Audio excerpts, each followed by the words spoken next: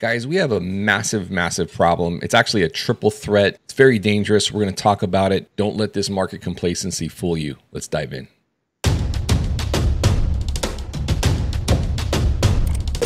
Trade Genius.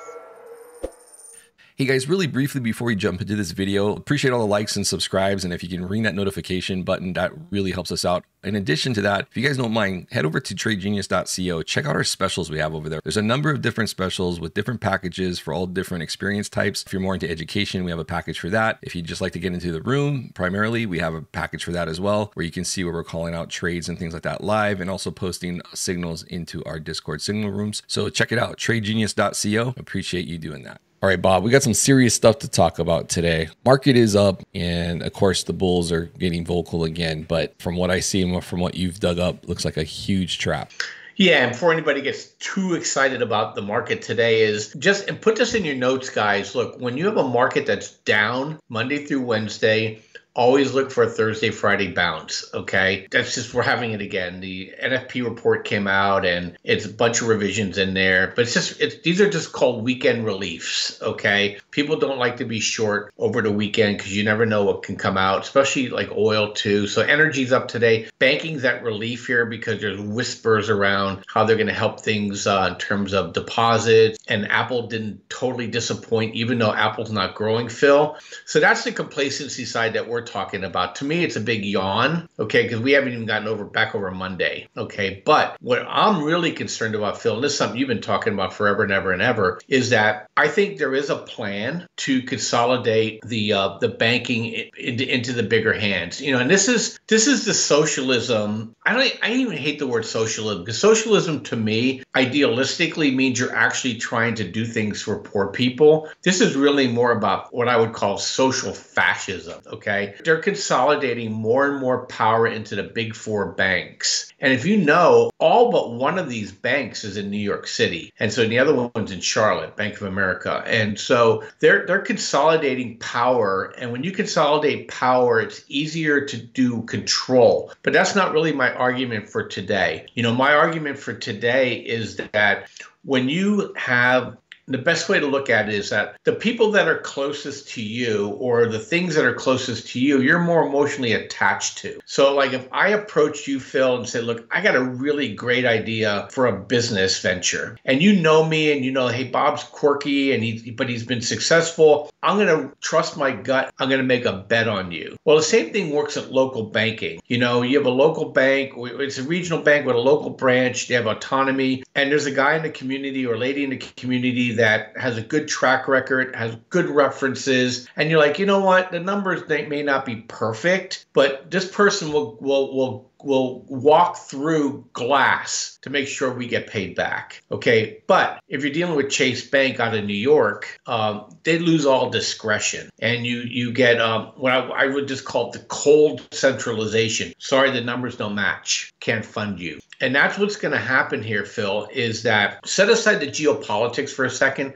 People always want me to talk more about geopolitics stuff. I'm not going to do that. I'm only concerned about how it affects people's bottom lines. And when you centralize things, it's cold, it's indifferent, you have too many hoops to go over, and that kills vitality, and it kills energy in the markets, and it kills those spirits, you know, that really drive, which makes America unique. We'll end up looking like Europe when this happens. And I want to show you what's already happening with that, Phil. This is amazing. Okay, there's a chart I pulled off the internet, hat tip to the guy here whose chart I lifted it from, but I think it makes a great point. You're having the M2.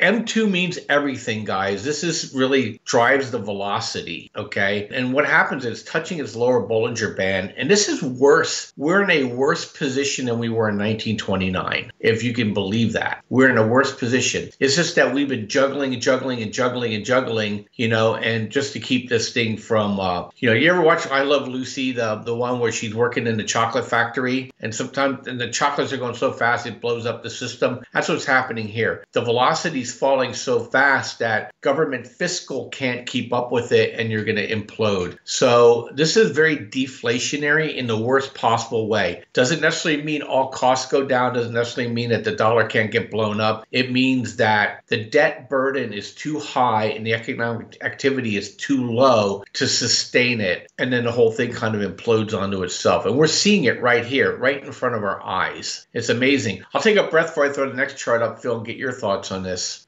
No, I agree. And I think that the Fed needs to be careful because while I agree that they need to raise rates and slow things down, and they got to counteract all the liquidity that they artificially pumped into the system pre-COVID or from COVID, I should say. But deflation is also another menace. So while you can have a forest fire that you're trying to put out, if you put too much chemicals on it, you kill the whole forest. And it takes a long time for trees to go back, as everyone knows. And that's the best analogy I can give you. They don't want to go too far that all of a sudden you have a deflationary spiral. And those are very damaging. And that's the stuff that the Great Depression was made out of. So I'm not envious of their position here. They kind of dug their own hole, but now they got to be really careful about not going too far overboard, and that when things do start to slow down and the market does start to pull back, they have to be very careful on their timing as to when they start to, because we're going to go to a pause here. I think this is the last rate hike. I really do. And I think they said, they weren't animate about another hike, but they also were very much non-descriptive about what's going to happen going forward. They just said, look, we're data dependent. To me, that's basically leaving the door open for a pause. And if you're going into a pause ahead of a slowing economy, that's just basically telling you that the recession is all but here. And then the confirmation of recession will be the cuts, which if you look at the Fed funds futures, they're basically saying we're going to get a cut before the end of the year. And that tells you that a recession is closer than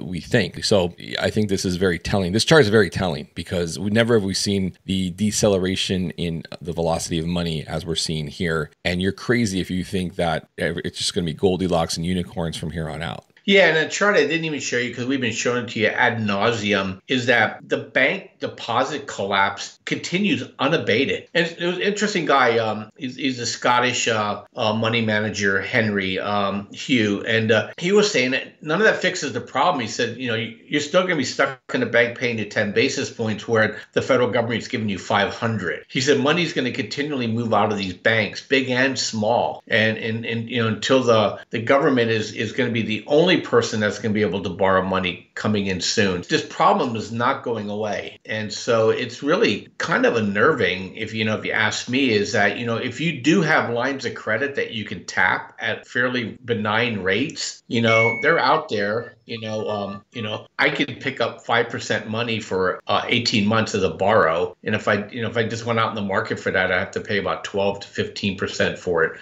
So if you have really good credit, you can grab cash and hold it, in case if you need liquidity for your business. So you got to think about these things now because liquidity is going to dry up, and it's going to dry up when you're going to need it the most. So, if you have a business and your cash flowing good, make sure you put some cash on the side. If you're a family and you're trying to hold on to make sure that you don't get caught in the short hairs, you need to probably raise some cash. Even if that means you have to borrow cash to have cash, cash is going to be very, very important very soon because as these debts default, and one thing I learned too, Phil, I'm trying to find details I've been searching for, is that a lot of these commercial loans, and if anybody here is in this business, help me understand. I'm doing an educated guess here. I'm told that there's covenants in these loans that if these loans fall below a certain value in terms of the loan to value ratios, is that they have to put up more cash or they're going to default. So I'd like to find more out on that. I've just been reading that, just come up a couple times, caught my interest. And if that happens, you're going to probably see a wave of defaults because people are likely not to throw good money after bad. That's what it's called. And they rather walk away. And so that just causes even more problems. And then Phil, you've been talking about the dollar too. I know we don't have a chart here in front of us, but do you still feel that the dollar is going to strengthen because of this economic activity? Because I know a lot of people think the dollar is going to fail.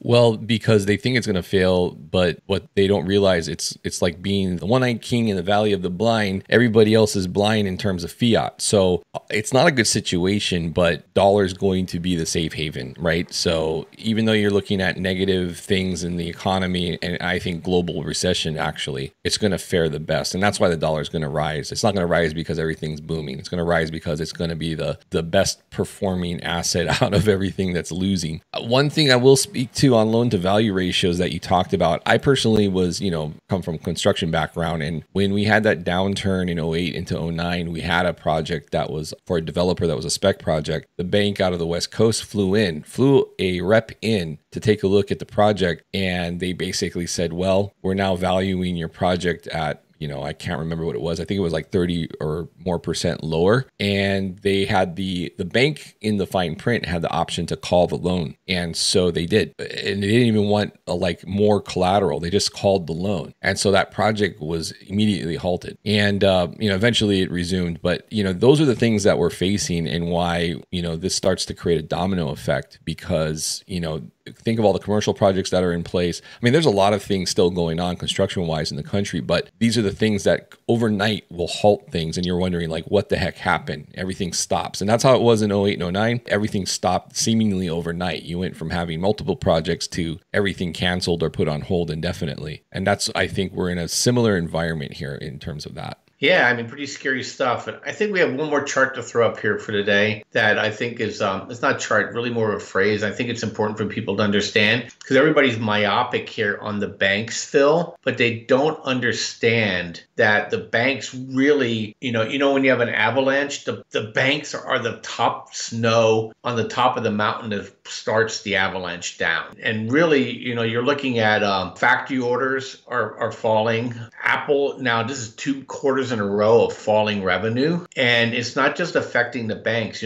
Pension funds are having the same issue. The whole fire, real estate's still having the same issue we just referred to in the commercial side. And inflation is hitting the middle class, as we know, that really the high, I hate the word inflation, it's really the high cost of living is not going to abate. And with Powell can stop tomorrow. And it's like a runaway truck ramp, Phil. It's going to, we're probably looking at 6 to 9 months of carry of just what he's already done. And so the Fed, instead of being counter-cyclical on this thing, is becoming pro-cyclical. And they're just like a gamma, right? We're in negative gamma economically now. And whatever Powell's doing is actually throwing gasoline onto the fire.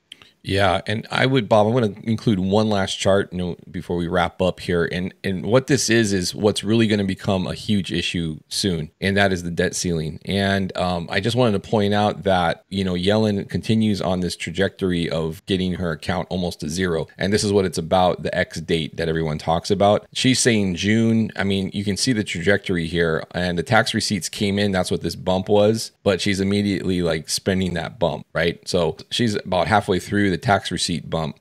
So at this rate, we're probably running out of funds before the end of the month, even as early as next week. And she's never really run it to zero before, but I just don't know if we actually get to zero here at this time. And one thing to note, in a tightening cycle where the Fed's not accommodating and we get to zero, that's a very bearish point in the market. It's bullish to zero, but it's also bearish when it turns because she's going to get that debt ceiling raised. This is where this debt ceiling debate is going to get hot and heavy now because we're getting to the point where she's going to run out of money sooner rather than later, and they're going to have to address it. Everything's going to have to come to a stop, and that's all they're going to have to talk about here because it's going to become crisis levels. I think this is a gift in the market, this levitation up here into Friday, but I think next week, especially if this starts to come up, all of a sudden you're going to see this headline, and you're going to see the market reacting to it all of a sudden, and forget everything that's happened up until this point because that's all that's going to matter right now. And when this becomes resolved, you're going to have a situation like what we had back over here, 2020, and you're going to see her account balance drive up. But notice when her account balance drives up, what does the market do, right? Falls.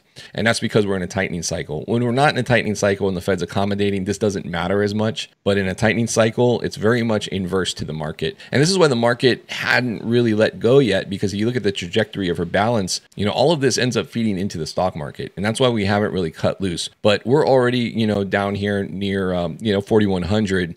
We came down from, you know, the highs up at 4,800. So you can do the math. Once this starts to drive up, we're probably looking at taking out last year's lows. So I just wanted to give you guys a picture of what's coming, what's likely going to be all over the headlines in the next couple of weeks is the fact that she's out of money. And then the next step was going to be not only jacking that balance back up, but going to be hammering on the markets lower as well. Yep, I totally agree. And guys, enjoy the rest of your day. We'll be with you tomorrow. And for our weekend report, hit like, hit subscribe. Let us know what you want to talk about. And if you guys are hearing anything more about these recourse loans in the commercial space, we'd love to get some more detail, because I don't think people see that baseball bat swinging to the economy's head. And like Phil said, people lose their jobs overnight when these projects just literally get halted immediately, not a dime more spent. And I don't think people are expecting that at all. They just think this is just going to be a smooth curve, and we're seeing potential breaks coming. So thanks for listening. See you guys. Take care.